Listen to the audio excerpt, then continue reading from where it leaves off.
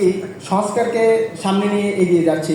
সে সংস্কারটা তখনই সম্ভব হবে যখন আমরা সোনার মানুষ গড়ে তুলতে পারবো। যতক্ষণ না পর্যন্ত আমরা ক্রিম পার্সন তৈরি করতে পারতেছি ততক্ষণ আমাদের সংস্কার মুখে বললেই হবে না, কিন্তু এই সংস্কার কখনোই সম্ভব নয়।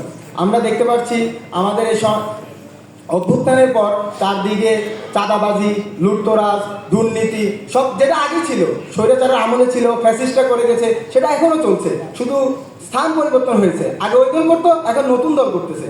এটা তো আর চেঞ্জ হয় না। তা আমাদের রক্ত দেওয়া, আমাদের ভাইদের শহীদ হওয়া, এটা কি হলো? আমরা চাই আমরা আমাদের পাশ থেকে যতটুকু অবদান রাখবো, আমাদের পুলিশ বাহিনী, আমাদের পুলিশ প্রশাসন তারা যাতে তাদের থেকে ততটুকু অবদান রাখে। আমরা যদি 50% শেয়ার করি, তারা যাতে 50% শেয়ার করে। আমার পুলিশ প্রশাসনের কাছে এতটুকু অনুরোধ থাকবো, আপনারা সর্বত্র রমনা অঞ্চল হোক, সারা বাংলাদেশে যত জায়গা আছে সব জায়গায় আপনারা চাঁদাবাজের বিরুদ্ধে, দুর্নীতির বিরুদ্ধে যে দলই হোক, আপনারা তাদের বিরুদ্ধে অ্যাকশনে যাবেন।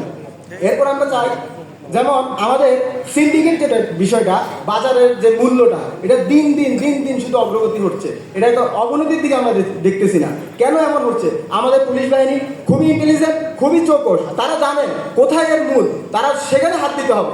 আমাদের এই সিন্ডিকেট ভাঙতে না পারলে মানুষ যেভাবে অনিরাপত্তায় ভুগতেছে, আগে কেমন ছিল মানুষ বারবার বলতেছে আগে ভালো ছিলাম, আগে ভালো ছিল, এই কথা যাতে বাংলাদেশের জনগণের মুখ থেকে আর না আসে, সেটার অবদান আমাদেরকেও রাখতে হবে, প্রশাসনকেও রাখতে হবে। কেন এই সিন্ডিকেট ভাঙতে পারতেছে না? অবশ্যই পুলিশ চাইলে রাতারাতি সিন্ডিকেট ভাঙতে পারবে।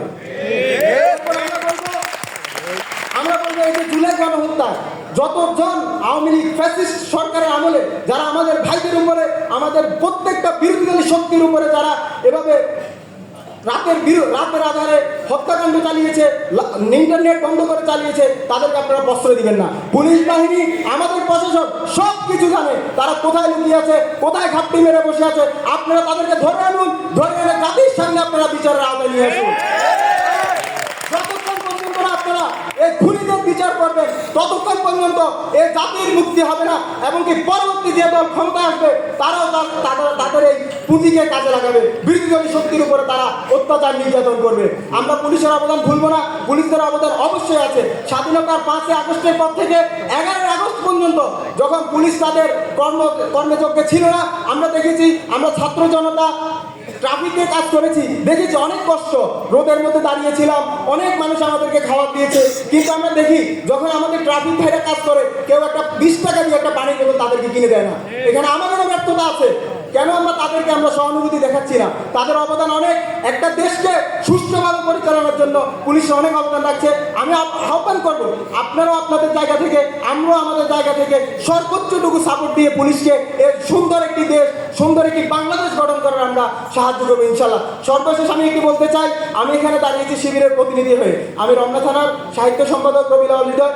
আমরা বলতে চাই, বিগত ফ্যাসিস্ট সরকার যেভাবে শিবিরকে আপনাদের সামনে তুলে ধরেছে, একটি জঙ্গি সংগঠন ভাবে বলেছিল তারা দুষ্কৃতি করে, এই করে, সেই করে, আপনারা সবকিছু, আমি পুলিশ বাহিনীর কাছে বিনয়ভাবে আহ্বান করতে চাই, আপনারা শিবিরকে জানুন, শিবির নিয়ে পড়াশোনা করুন, শিবিরকে বুঝুন। আসলে শিবির দেশপ্রেমিক একটি নাগরিক, স্বাধীনতার আমি বারবার বলতে চাই, শিবির is not just a student organization, it's an independent education center, it's a separate educational institute. আপনাদের প্রতি বিনীত আহ্বান থাকবে, আপনারা শিবির সম্পর্কে জানবেন, শিবির সম্পর্কে যে কুধারণাগুলো গত কয়েক বছরে ফ্যাসিস্ট দিয়ে গেছে, এগুলো থেকে আপনারা বেরিয়ে আসবেন। সবাইকে সালাম, আসসালামু আলাইকুম ওয়া রাহমাতুল্লাহি ওয়া বারাকাতুহু।